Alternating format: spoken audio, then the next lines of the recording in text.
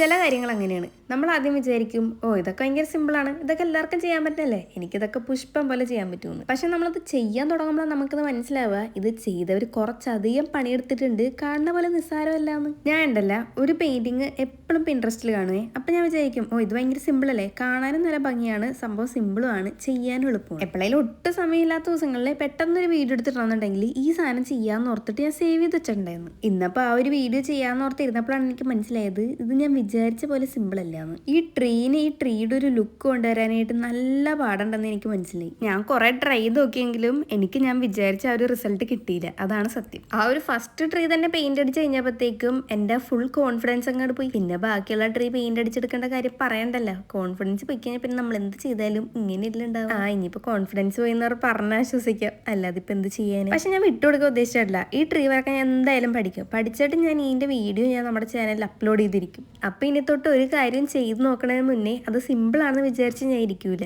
അപ്പോൾ ഒരു സബ്സ്ക്രൈബ് മറക്കണ്ട.